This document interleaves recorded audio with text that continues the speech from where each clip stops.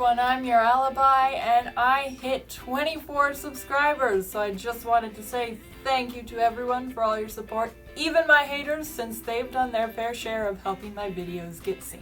So a while back, I posted a two-part series on my channel called Addressing Ahsoka, at the end of which I made a rather brief list of strong female characters in Star Wars. I wanted to do a bit more of a thorough list in which I could elaborate more on the characters, so as you may have guessed, that's what this video is. Just a note before we get started, I bumped into a fellow YouTuber called B-Level Star Wars, who expressed a desire to introduce more casual fans to the EU, since it is brimming with amazing stories which Disney nonsensically decides to sweep under the rug. I happen to share this desire, which is why this video will be more so aimed at those casual fans who are less familiar with the EU. So without further ado, let's get into it. First off, we have the obvious ones like Padme Amidala and Leia Organa. Like mother, like daughter, since these two are best known for their fierce determination to fight for what's right, as well as their stark refusal to ever compromise their morals. Next up, we have Asajj Ventress. Ventress started out as a Sith assassin, but after her master betrayed her, she was left to forge her own path.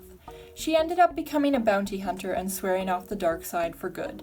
Later, she fell in love with a Jedi Master, sacrificing herself for him in the end. Shakti, a member of the Jedi Council, is a formidable warrior who carried herself with grace and wisdom. She oversaw the training of the clones for most of the Clone Wars and was one of the few Jedi Council members to survive Order 66. She ended up rescuing the orphan Padawan Maris Brood and even had a hand in turning Vader's Padawan Starkiller to the light side. Barriss Offee is a Jedi healer who held a very unorthodox view of the Force. She believed that the terms light side and dark side were just words and that the Force was neither good nor evil. She also grew to believe that the Jedi joining the war was a grave error, a belief which pushed her to the dark side. In the end, however, she managed to redeem herself and was even granted a Padawan. Ayla Sakura, like Anakin, was someone who went from lowly slave to skilled Jedi, though she endured quite a few hardships throughout her journey. She actually suffered a bout of amnesia and a brush with the dark side before resituating herself as a Jedi on the light side of the Force. But her master, who she had developed a close bond with, proved not as resilient, and Ayla was forced to duel him. After the rise of the Empire, Jocasta Nu proved to be a thorn in the side of Palpatine, Vader, and the Grand Inquisitor as she risked her life to retrieve the knowledge stored in her precious library, knowledge which later helped Luke build his new order. Satiel Shan was gifted with an impressive Force ability called Battle Meditation, which increased her allies' morale while demoralizing her enemies.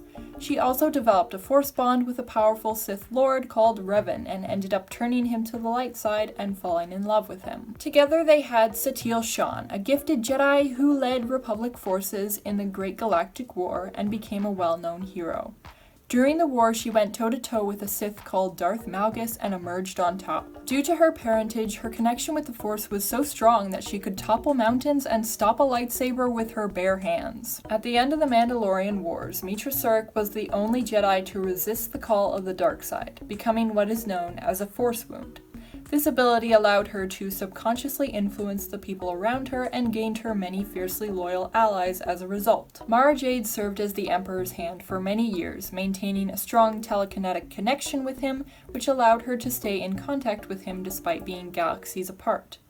After the Emperor's death, Mara eventually ran into Luke and made the decision to become a Jedi. Mara actually defied her own death for a time by using the Force to slow the spread of a deadly disease that ravaged her body, and she did this while fighting alien invaders. Hora Singh was an expert pilot who endeavored to build her own resistance movement against the Empire before eventually joining the Rebel Alliance. Her accomplishments gained the attention of many key figures in the war, such as Bail Organa, Darth Vader, and Grand Moff Tarkin. She also proved to be an effective leader. Sabine Wren was a young Mandalorian of many talents. She was a gifted painter, demolitionist, slicer, linguist, and acrobat, among other things.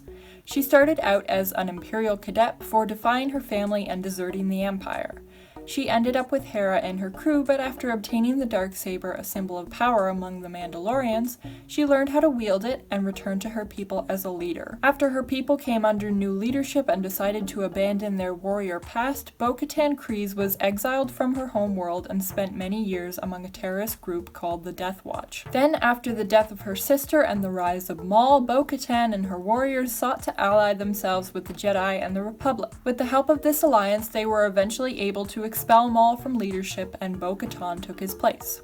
However, she ended up losing this position when she rejected the rule of the self-instated emperor. Jaina Solo, daughter of Han and Leia, was a key figure in the Yuuzhan Vong War, distinguishing herself as a skilled pilot and often fighting on the front lines of the war, which earned her the nickname Sword of the Jedi from Luke Skywalker himself. Later, however, she strayed dangerously close to the dark side, though in the end she was able to be brought back. After the war, Jaina's twin brother Jacen became a Sith known as Darth Caedus, and Jaina dueled and defeated him aboard a Star Destroyer named after their deceased younger brother. Hora Singh was an absolute terror to anyone who encountered her.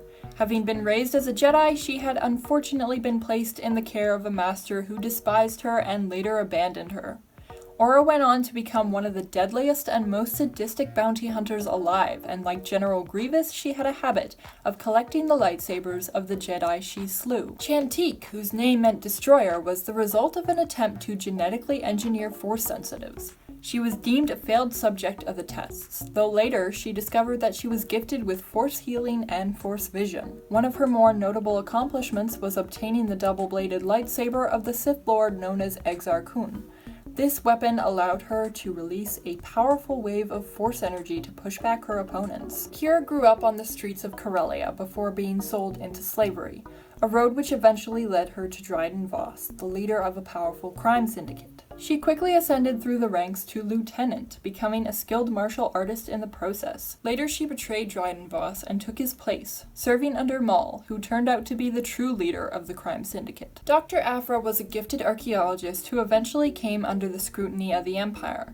She was employed by Darth Vader until falling out of his favor, after which she devised numerous clever ways to evade the Sith Lord before finally faking her death and going on to roam the galaxy with her 2 assassin droids. Jyn Erso, daughter of the Imperial scientist and defector Galen Erso, spent several years on her own, turning to crime in order to survive and gaining her the unfavorable attention of the Empire. On her way to an Imperial prison, she was rescued by the Rebel Alliance and ended up becoming a key figure in their ranks when she joined the squad responsible for obtaining the plans to the Death Star. Depa Billaba, once apprenticed to Mace Windu himself, served on the Jedi High Council during the final years of the Order.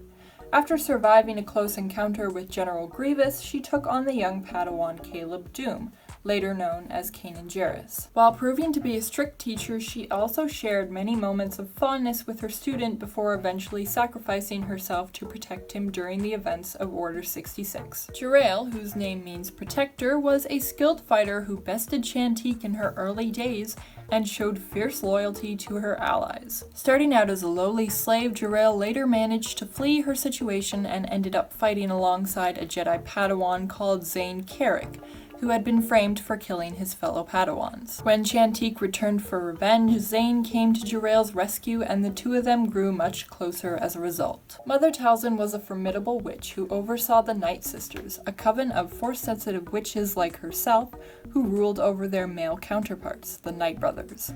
At one point, Darth Sidious actually sought to trade Darkseid's secrets with her and take her as his apprentice, though he ended up taking Maul instead. Mother Talzin was a woman with high hopes, her goal being to one day dominate the entire galaxy. That's definitely not all the strong female characters you can find in Star Wars, but that's all I have for you today. So if you enjoyed, be sure to give this video a like and let me know in the comments below who is your favorite. I'm your alibi and I will see you next time.